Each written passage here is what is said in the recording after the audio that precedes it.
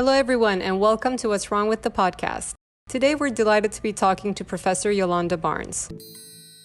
Yolande is the chair of the UCL Bartlett Real Estate Institute and has been examining and analyzing real estate markets since 1986. Her current role includes rethinking real estate, institute building, and thought leadership. Yolande has been examining and analyzing real estate markets from within the real estate industry since 1986. As Director of World Research at Savills, Yolande provided thought leadership in real estate as well as evidence-based advice to a wide variety of clients, including private and public sector landowners, investors, developers, bankers, local authorities, governments, housing associations, think tanks, management consultants, lenders, and NGOs. In 2010, she started applying the techniques she had developed in the UK at a global scale, and in 2014 officially took on all sectors worldwide, focusing on cities and inaugurating Savills World Research capability. She's also a non-executive director and an advisor to a variety of different enterprises and organizations, and was an advisor on a recent government commission. She undertakes scores of speaking engagements each year and writes regularly for non-academic publications, national and international, is quoted in newspapers on a variety of property-related topics, and regularly appears on television and radio. Yolande is an Honorary Fellow of RIBA, a Fellow of the Society of Property Researchers, Academician at the Academy of Urbanism, Patron of Create Streets, and a Fellow of the Royal Geographical Society.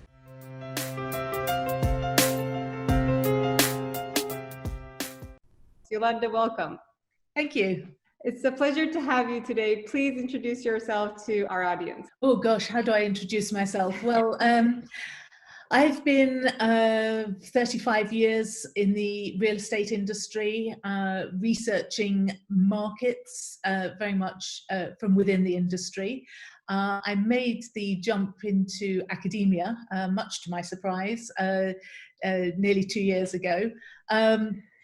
And my role and what we're trying to do at the new Bartlett Real Estate Institute is really build bridges between academia and the industry. And at the same time, to mix metaphors, we're also breaking down silos, the very specialized sort of holes that people have dug for themselves in real estate. Because we're working on the basis really that there's a huge tsunami of change coming. We used to talk about economic, social, and environmental change. I guess we can now add biological. Yes. Oh my God, so true. And I think it's so important what you mentioned about bridging, because we find also, like, as we're doing research, there's so much in-depth research we find in academia and through experts, and yet so few of it trickles down into the actual industry or is applied. So it's such a crucial role. And I guess to sort of have us get an understanding of the state of real estate, let's talk about, like, sort of, I guess at this point, the new BC and AC, like before COVID, after COVID. Let's talk about real estate state. Well, the interesting thing about COVID, I think, is that it's acting as a catalyst, or it's accelerating trends that we had observed and started to talk about already. I think what we always were facing was that 21st century real estate was going to be very different from 20th century. And I think we failed to realize just what a peculiar period in time the late 20th century was, financially, sort of the way cities have developed, the way that the built environments developed, has all been very odd when compared to previous centuries. And I think what COVID has done is really highlighted many of the inadequacies of what we've been building, the way we've structured everything in the 20th century. And it's going to force us to get things fit for purpose for the rest of the 21st century. Yeah, and I guess we see that even more accelerated in dense urban settings, right? So let's sort of zoom into some of the issues we see in urban contexts, especially. Like, there's a lot of conversation, obviously, around housing or lack of housing, and lack of public space, or actually accessible public space. And now, like, we see, especially in a health crisis, that density also could become an issue, and sort of push people to rethink why we're living in such a dense environment to begin with, and really longing for access to nature. So can you sort of like highlight some of the issues that these like global cities are facing, or we're already facing, and that got accelerated sort of after COVID?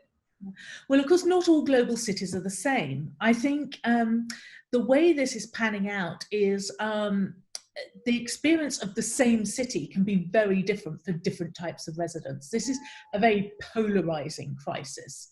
There are some city neighborhoods which are absolutely brilliant to be in a COVID crisis. You have community, you have amenities and facilities, and everything you need in a neighborhood.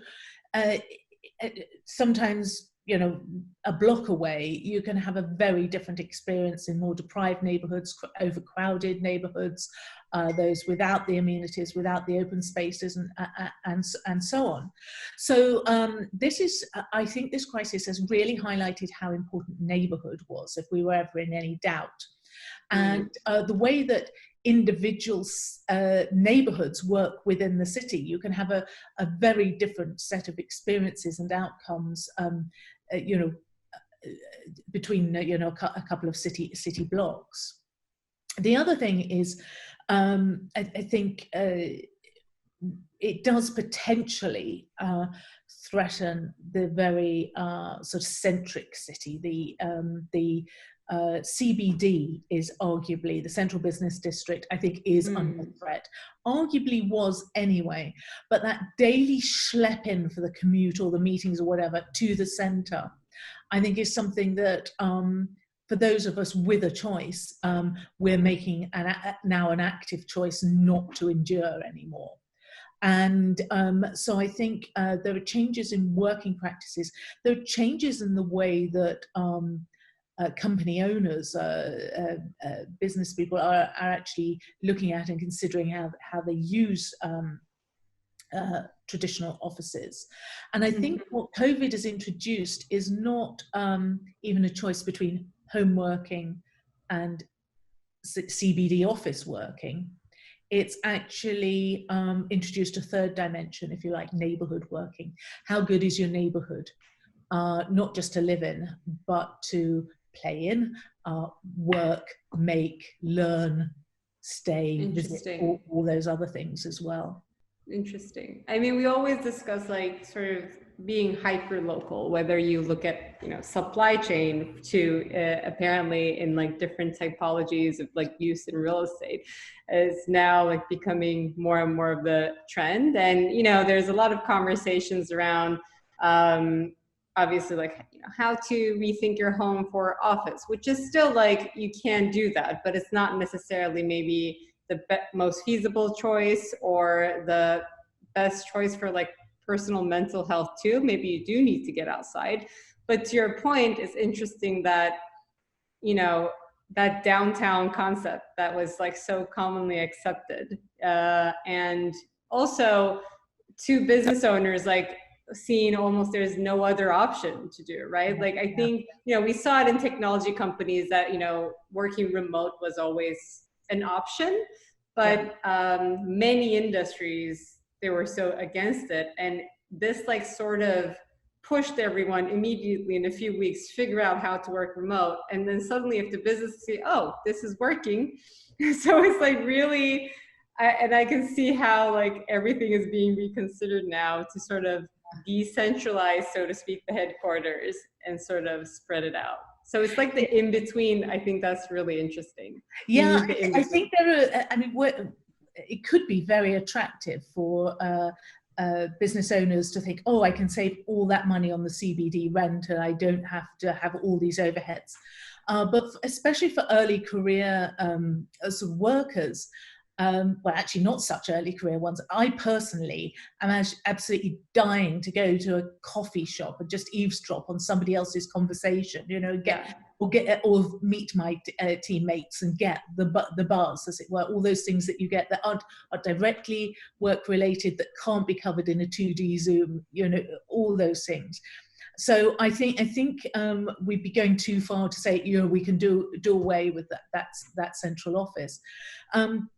but in some ways, I mean, the tech industry, who, with their realization that, of course, you can do anything anywhere and everything everywhere with the use of a handheld device. It's really interesting how tech zones or tech cities actually consist of something that looks actually quite old-fashioned. A street full of shops and small independent businesses and coffee shops. The first stock exchanges in Amsterdam or in Lloyd's of London, all started in coffee shops, and you can start to realise why. That there is something about the serendipitous meeting of human beings, that's the real value of the city when people come together. And I think there aren't many people who want to stay put, as I am now, at my kitchen table, for the rest of my working life. In fact, that thought fills me with horror and dread. So I think there is a desire to get back in the company of people and do business in a way that, if you like, business was always done, that it's face to face, and innovation tends to happen, I think, when human beings get together in cities. I think therefore, we kind of forgot in the 20th century that we were being turned into industrial products, by being pigeonholed into single-use big box buildings with the name of our corporation at the top. That was getting right away from what creativity and productivity and work really was. And somebody said to me today that pre-industrial revolution, everybody, of course, home and work were not separate. They were the same thing. You had people working on looms, in their house. Now we're on Zooms in our house, I suppose. But the one thing that never changes, never say never, but we're social beings, right? Like it's not necessarily even like, oh, it's, a more efficient meeting when it's face to face. It's a need. Like, it's important for our mental health, for our well-being. And we sort of we see it, we're based in New York City. Once the weather was a little bit nice, you see everyone out in the parks. Yes, they want access to nature, but we also want to be around other people. So I think that aspect is so hard to just this and saying, okay, we're getting rid of offices and everybody will work from home. But to sort of find those alternate solutions where, okay, maybe we sort of expand the coffee shop culture and see what that means. Or we are now, for example, we recently had a conversation with Brooklyn Navy Yard, which we're based in, and they're actually very busy talking to businesses based in Manhattan that are now considering relocating to areas that are a little bit more spacious, not as dense, and more affordable too, because when absolutely you don't necessarily need that maybe showroom anymore of an office. And this was a trend that was already in play. We could see if you think about Manhattan, the move to Brooklyn, but also to Jersey City Heights or to Philadelphia or Ithaca. People were already dispersing from the big global cities, really pushed by a lack of affordability. So it was an escape to saner real estate markets. And that was already happening. I think what COVID allows, and a much more flexible sort of working practices would allow, is a much greater dispersal. So the way I think of it is, we've been thinking for the last 20, 30 years in terms of urban renaissance, the problems of the early 1980s, when New York and London were depopulated, decaying, run down, dangerous, crime-ridden, and so forth, are long gone. And now we talk, gentrification. When I started in property, was actually a positive thing. It was a positive connotations, because it was repairing the inner city. Now, of course, it's fraught with evils. And I think this is, to use almost a COVID metaphor, we've been used to the cities breathing in, sucking in people, talent, capital, resources.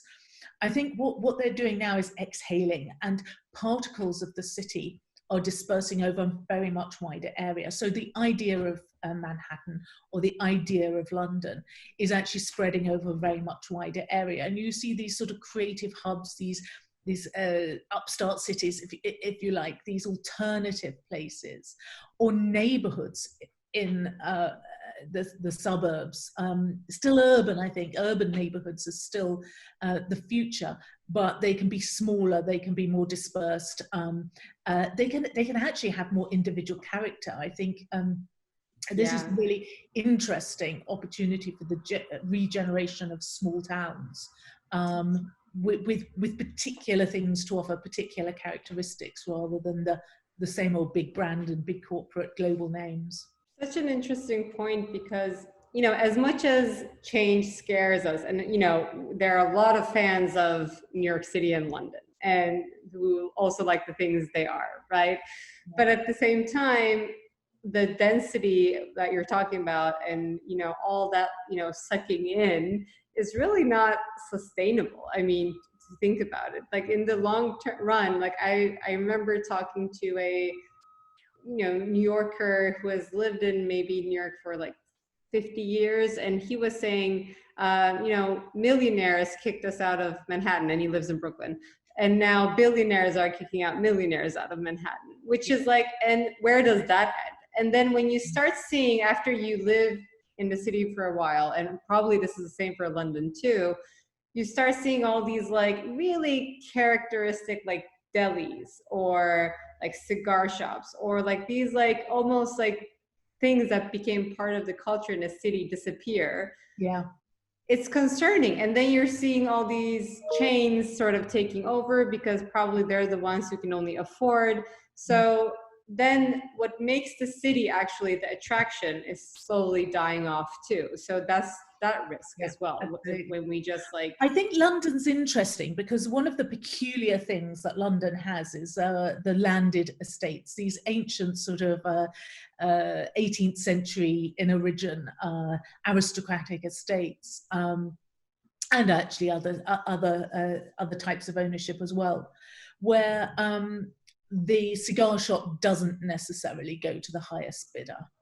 That, for example, the Howard de Walden estate around Marylebone High Street developed the high street not to maximize the value from each and every unit on that high street, but to add value to their whole holding, including residential. So they are, if you like, whole neighborhood owners. And I think that's a very interesting model for 21st century investment. True. The whole is greater than the sum of the parts. And it doesn't matter kind of what you spend on this individual building here, because it's not got a red line around it. Actually, it's that you can benefit from the knock-on effects on the rest of your estate. And I think that's the real danger of the way we've deployed capital over the 20th century, is that there are too many owners of single sort of buildings. I do worry for Manhattan and some parts of London, the CBD with its tall towers. If we have to physically distance for any length of time, how on earth are we going to get everybody? I mean, you're further ahead in the opening up, but how do you get people in these small elevators, up to the 50 whatever floor, in the sufficient quantity? We actually have to quite quickly repurpose those upper floors for a less frequent use, I think. Wow. Even though they'll be occupied at lower density. So there's huge arguments for, almost by force of necessity, having to mix up our uses a lot more. And I mean, the out-of-town business park was always under threat, really, but has been for the last 20 years or so. People don't want to be in those automobile-dependent sort of environments anymore. I think now we're seeing the same potential obsolescence of the high-rise office block.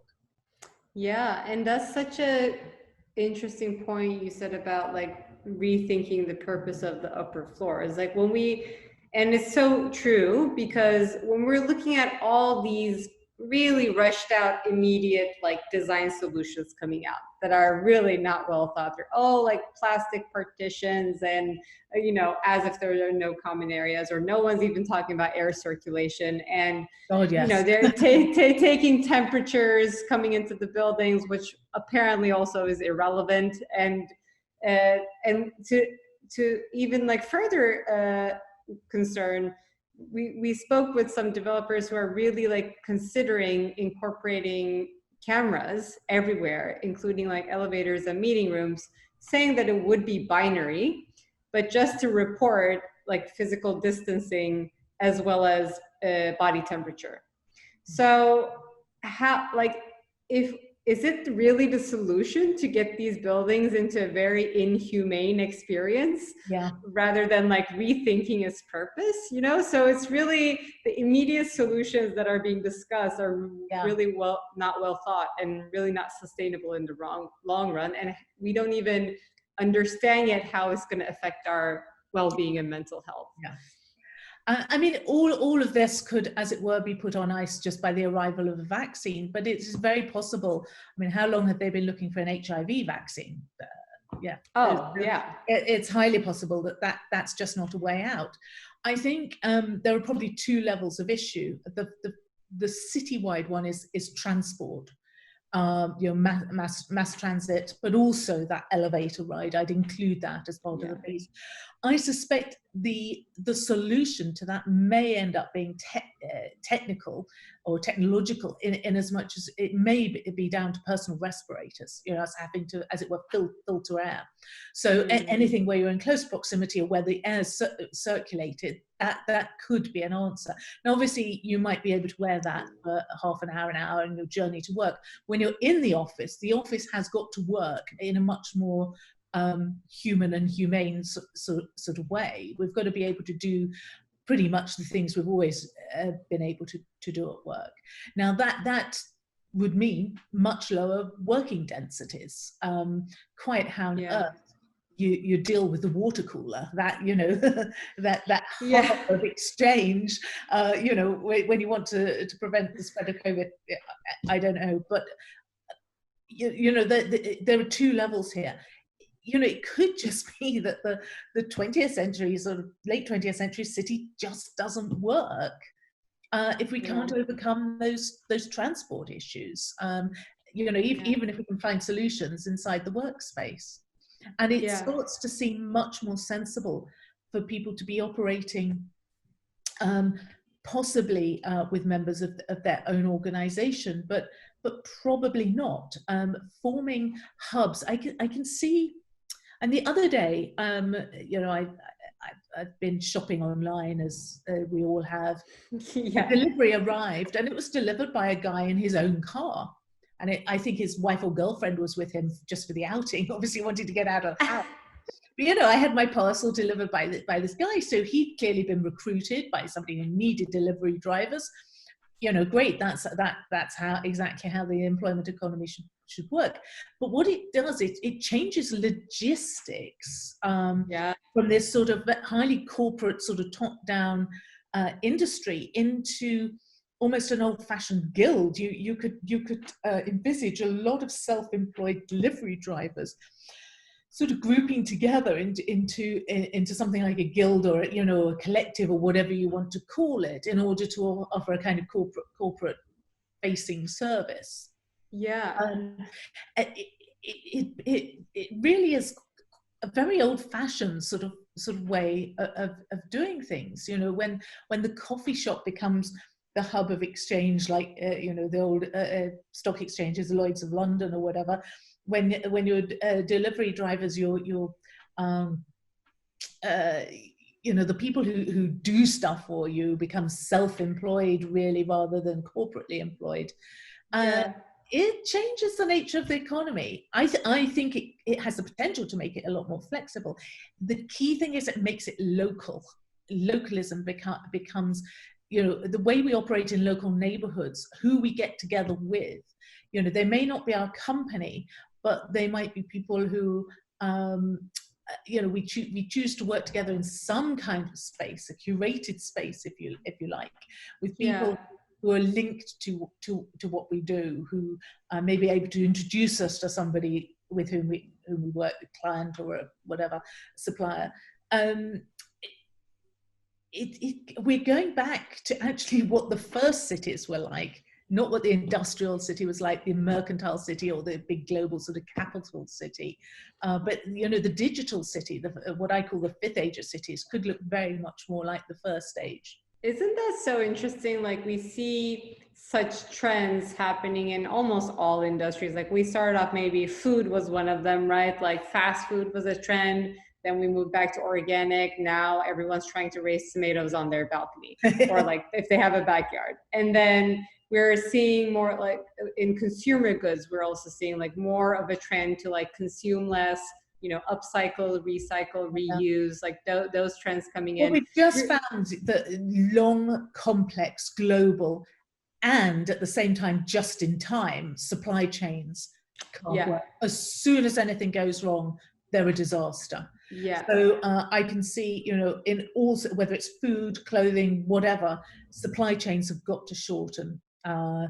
You know, and local production becomes another element of that localism again. You know? I mean, we saw the huge impact of it in this pandemic, right? Like governments' entire supply chains depended on China for a healthcare system. Like, it's one of the most crucial, you know, departments of like a country. And it was functioning like a startup that just set up their supply chain. Absolutely. And call me naive, but I was astounded that we didn't have stockpiles of PPE ready and waiting, because everybody knows, whether it's Ebola or, you know, whatever the latest disease is, that some things can happen. I just automatically assumed that there'd be an army of workers, or literally the army. Apparently not.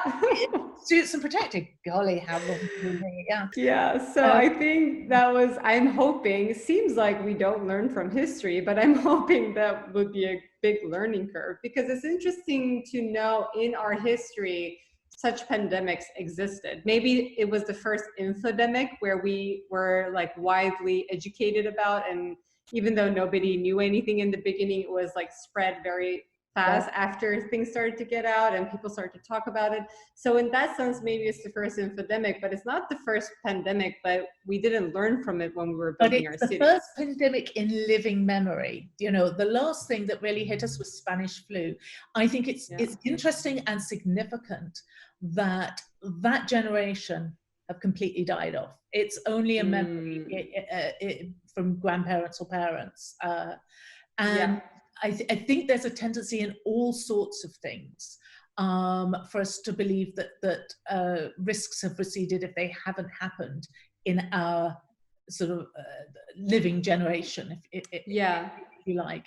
And I mean, interesting, you mentioned historical pandemics. I mean, if you look back, I was looking at, obviously, the Black Death, you know, it killed at least a third, possibly a half of the people in Europe. There were huge real estate consequences, of course, economic and social and everything else.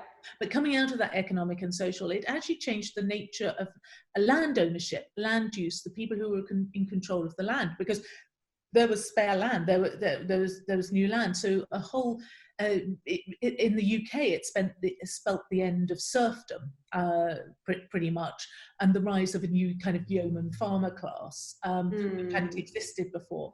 And then you look at, for example, the plague of 1666 in London, very quickly followed by the Great Fire of London. But what's interesting there is that once the fire had swept away the real estate of a large part of the city, it was never built in the same way.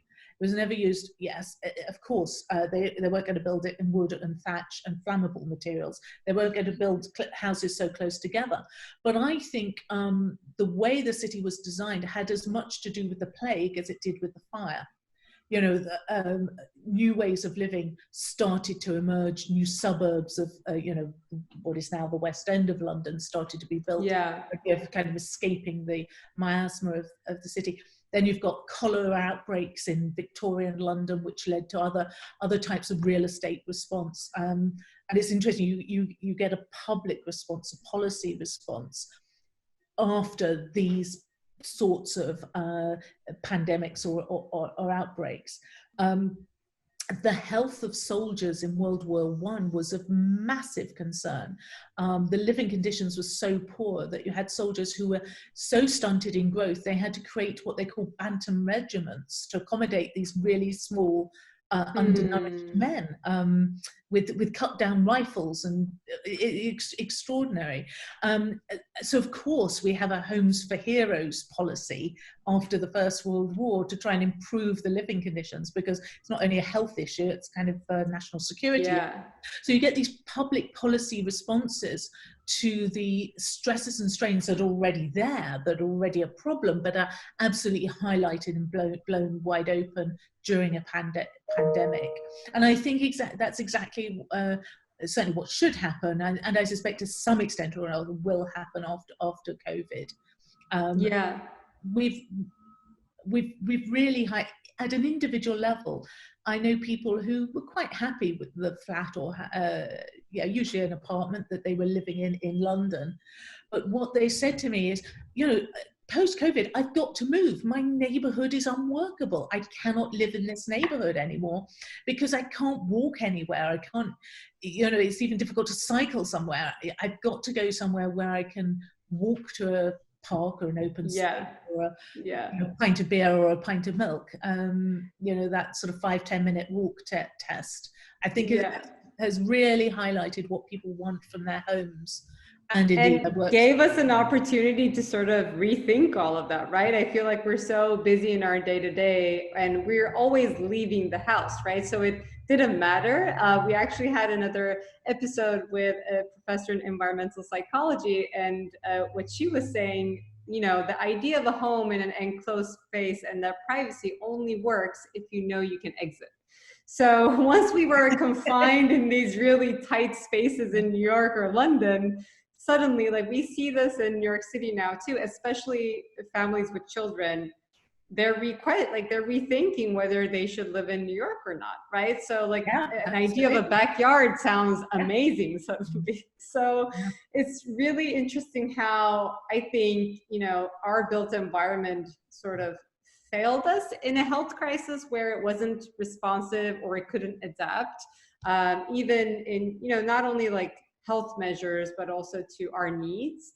And I think, I'm hoping what we will see more is whatever policies that come through after, such an incident, or whatever incentives through local governments come for developers, the idea would be more around resiliency and adapting to our needs. Because we saw during the pandemic, nobody knew anything about COVID at the beginning.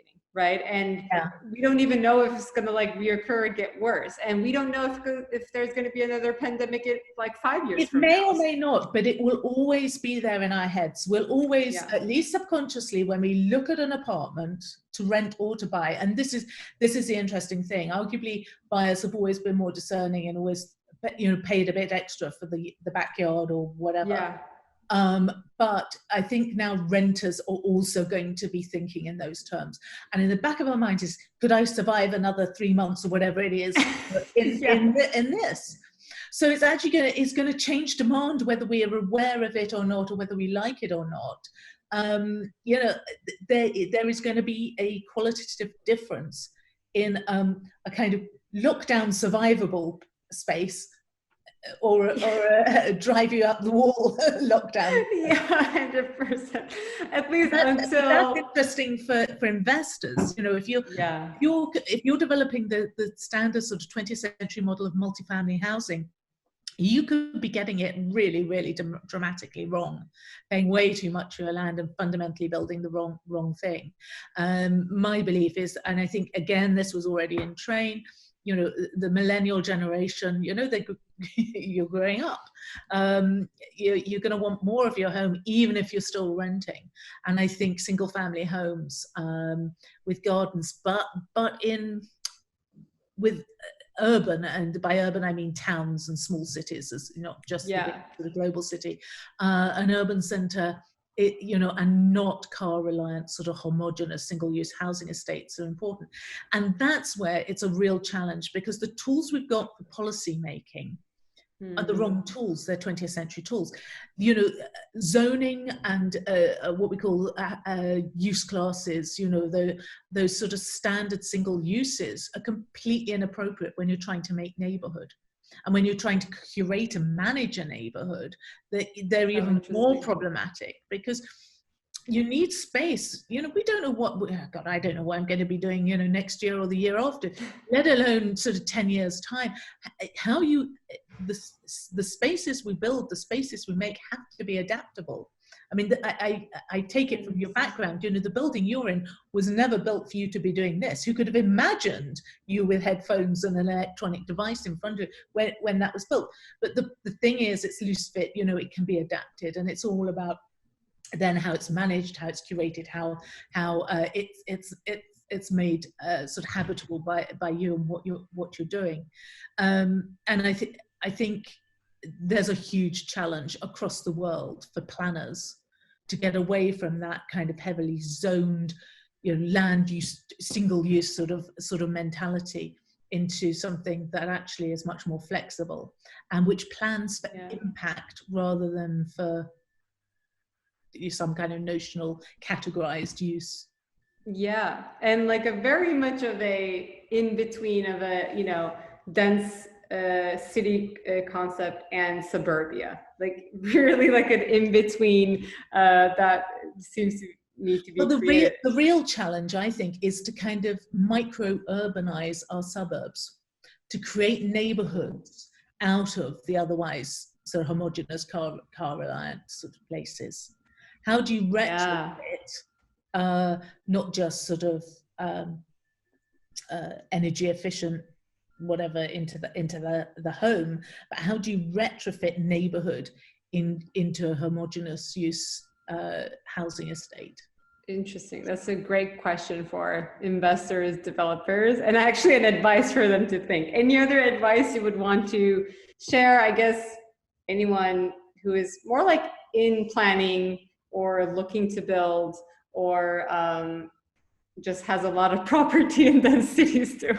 Yeah, this may sound rather left field, but I mean, our motto at the Real Estate Institute is rethink real estate. So, you know, we've been thinking about and talking about a lot of this stuff for a while now. But one thing that strikes me that maybe people haven't realized is just how valuable ordinary people are and community is. You know, I think most of the development and investment world has grown up sort of in conflict with local communities, the NIMBYs, if you like. And what the really clever ones are beginning to realize is that there's great wisdom in those particular crowds, that co-creation with a community is almost certain to produce. It's difficult. It's probably the most difficult thing they could ever think of getting their heads around. And for some of the kind of the dinosaurs, you know, it's just not going to be able to happen. But those who are able to ride the horrible roller coaster of you know, engaging with not just community, there's no such thing as single community, but you know, communities and people, and to start to understand how to make city in a way that we did over millennia and across continent in the past, I think will really reap the benefits. That they'll realize the long-term prosperity, productivity of their place can be so greatly enhanced, and consequently the value will be massively enhanced if they can bear the pain of doing that. But I think, you know, that's almost a revolutionary sort of mind-zapping sort of idea to get for most conventional real estate operators to get their head around. I love that. Just, you know, include one of the biggest stakeholders in the game. That's pretty much it. Like co-design with them. Well, you know, can you think of anything else that's manufactured for a user that doesn't take into account some kind of interaction, some kind of market research, some kind of feedback? You know, what the user actually wants, needs, and will, you know, pay more for, and you can't do without, etc., etc. It's an incredibly top-down industry. You know, we've spent too long in real estate doing things to people, let alone for them. and almost never with them. And I think we've got to move from doing things to them to doing things with them. Amazing place to wrap up. Thank you so much, Yolande. This was amazing. And I really hope we all collectively learn from this and won't forget and adapt our cities. Thank you so much for joining. Thank you. Thank you so much for watching this week's episode. If you found value in these conversations, please like our video and hit the subscribe button. Make sure to visit our website, podcast.what'swrongwith.xyz, and subscribe to Apple Podcasts, Spotify, and Google Podcasts so you never miss an episode. Please leave us a comment or review, or you can simply tell your friends about us. For more details on our guests, follow us on Instagram and Twitter. You can find our handles in the description below. And don't forget to join us next week.